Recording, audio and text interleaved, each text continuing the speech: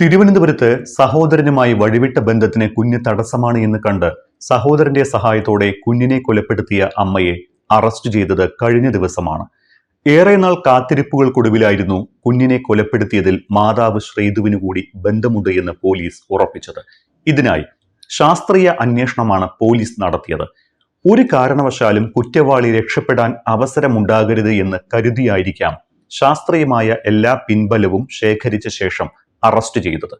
മനുഷ്യ മനസാക്ഷിയെ മരവിപ്പിക്കുന്ന കൊടും ക്രൂരത നടത്തിയത് അമ്മയുടെ കൂടി അറിവോടെയാണ് എന്ന വാർത്ത നാടിനെ തെല്ലൊന്നുമല്ല ഞെട്ടിച്ചിട്ടുള്ളത്. കൊല്ലപ്പെട്ട ദേവേന്ദുവിന്റെ പിറന്നാളിന് 2 ദിവസം മുൻപാണ് ശ്രീധുവിനെ പോലീസ് അറസ്റ്റ് ചെയ്തത് എന്നത് തികച്ചും യാദൃച്ഛികതയാകാം.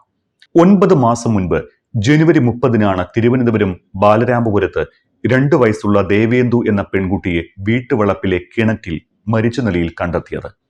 കുഞ്ഞിന്റെ മാതാവ് ശ്രീധുവിന്റെ സഹോദരൻ ഹരികുമാറിനെ അന്നു തന്നെ പോലീസ് അറസ്റ്റ് ചെയ്തിരുന്നു. ശ്രീധുവിനും മരണത്തിൽ പങ്കുണ്ടെന്ന് അന്ന് തന്നെ ഹരികുമാറും പറഞ്ഞതാണ്. എന്നാൽ ഇക്കാര്യത്തിൽ ശാസ്ത്രീയമായ തെളിവുകൾക്കായി കാത്തിരിക്കുകയായിരുന്നു പോലീസ്. കുഞ്ഞിനെ ഒഴിവാക്കാൻ എന്തായിരിക്കും കാരണം എന്നാണ് പോലീസ് ആദ്യം അന്വേഷിച്ചത്. ശ്രീധുവും ഭർത്താവും പിരിഞ്ഞു താമസിക്കുന്നതും അതിന്റെ കാരണവും മനസ്സിലാക്കിയ പോലീസ് ആദ്യം പരിശോധിച്ചത് കുഞ്ഞിന്റെ DNA ആയിരുന്നു. ശ്രീധുവിന്റെ ഭർത്താവ് ശ്രീജിത്ത്, സഹോദരൻ ഹരികുമാർ അടക്കം 4 പേരുടെ DNA പോലീസ് പരിശോധിച്ചെങ്കിലും ഇവരാരുമല്ല കുഞ്ഞിന്റെ പിതാവ് എന്ന കാര്യവും ഞെട്ടിക്കുന്നതാണ്. ശ്രീധുവിന്റെ വഴിവിട്ട ബന്ധങ്ങളിലേക്കും ഒപ്പം ശ്രീധുവിനുള്ളിലെ ക്രിമിനലിനെ തുറന്നു കാട്ടുന്നതിലേക്കുമാണ് പോലീസിന്റെ കണ്ടെത്തലുകൾ നയിക്കുന്നത്. കൃത്യമായ ആസൂത്രണങ്ങൾക്കൊടുവിലാണ് ശ്രീധുവും ഹരികുമാറും ചേർന്ന് കൊലപാതകം നടത്തിയത്.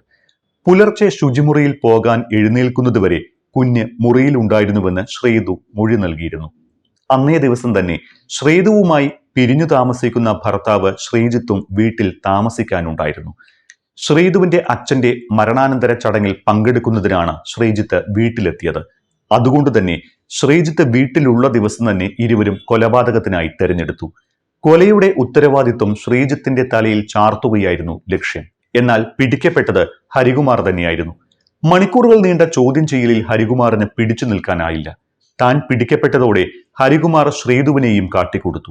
എന്നാൽ അന്നു തന്നെ ഹരികുമാർ ശ്രീധുവിന്റെ പേര് വെളിപ്പെടുത്തിയെങ്കിലും ശാസ്ത്രീയ തെളിവ് ലഭിക്കും വരെ പോലീസ് കാത്തിരിക്കുകയായിരുന്നു. ശ്രീധുവും ഹരികുമാറും നടത്തിയ ഫോൺ ചാറ്റുകളിൽ നിർണായകമായ വിവരങ്ങൾ തുടക്കത്തിലെ പോലീസിന് ലഭിച്ചിരുന്നുവെങ്കിലും ശാസ്ത്രീയ തെളിവുകളുടെ അഭാവത്തിൽ അറസ്റ്റ് നീണ്ടുപോയി. ഹരികുമാറിന്റെ ചില താല്പര്യങ്ങൾക്ക് കുട്ടി തടസ്സമായതിനാൽ സഹോദരിയോട് ഇയാൾക്ക് ദേഷ്യമുണ്ടായിരുന്നുവെന്നും പൊതുവെ ശ്രീധുവിന്റെ 2 മക്കളെയും ഹരികുമാറിന് ഇഷ്ടമായിരുന്നില്ല എന്നും പോലീസ് തെളിവ് സഹിതം കണ്ടെത്തി. അന്വേഷണം ചെന്നെത്തി നിൽക്കുന്നത് ശ്രീധുവിന്റെ ക്രിമിനൽ സ്വഭാവത്തിലേക്ക് കൂടിയാണ്.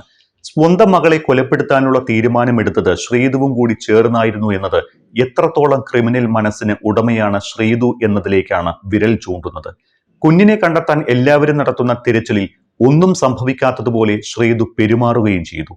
നേരത്തെ ഒരു സാമ്പത്തിക തട്ടിപ്പ് കേസിലും ശ്രീധു പ്രതിയായിട്ടുണ്ട്. ജയിലിൽ കഴിയുമ്പോൾ ലഹരി മോഷണ കേസുകളിലെ പ്രതികളുമായി ശ്രീധു ബന്ധം സ്ഥാപിച്ചിരുന്നു. ശ്രീധുവിനെ ജാമ്യത്തിലിറക്കിയത് വലിയതുറ സ്റ്റേഷനിൽ MDMA കേസിൽ പ്രതിയായ സ്ത്രീയാണ്. പുറത്തിറങ്ങിയ ശ്രീധു മോഷണ കേസിലെ പ്രതിയെ ജാമ്യത്തിലും ഇറക്കി. ശ്രീധു പാലക്കാട് കൊഴിഞ്ഞാമ്പാറയിൽ താമസിച്ചത് മോഷണ കേസ് പ്രതികളായ ദമ്പതികൾക്കൊപ്പമാണ്. മോഷണ പണം കൊണ്ട് ആർഭാട ജീവിതം നയിക്കുകയായിരുന്നുവെന്നും പോലീസ് പറഞ്ഞിട്ടുണ്ട്.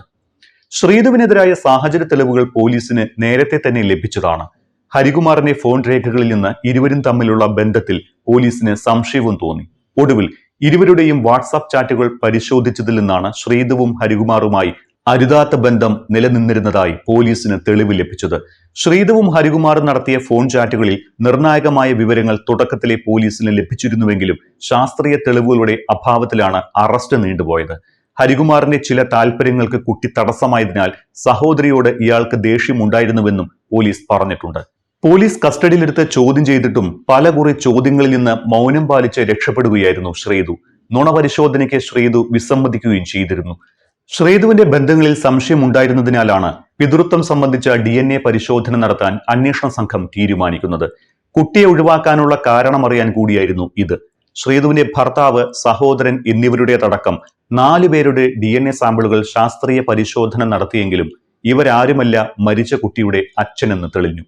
പിതൃത്വം സംബന്ധിച്ച പരാതികളൊന്നും ലഭിക്കാത്തതിനാൽ അത് കണ്ടെത്താനുള്ള ശ്രമം തൽക്കാലം പോലീസ് നിർത്തിവെച്ചിരിക്കുകയാണ്.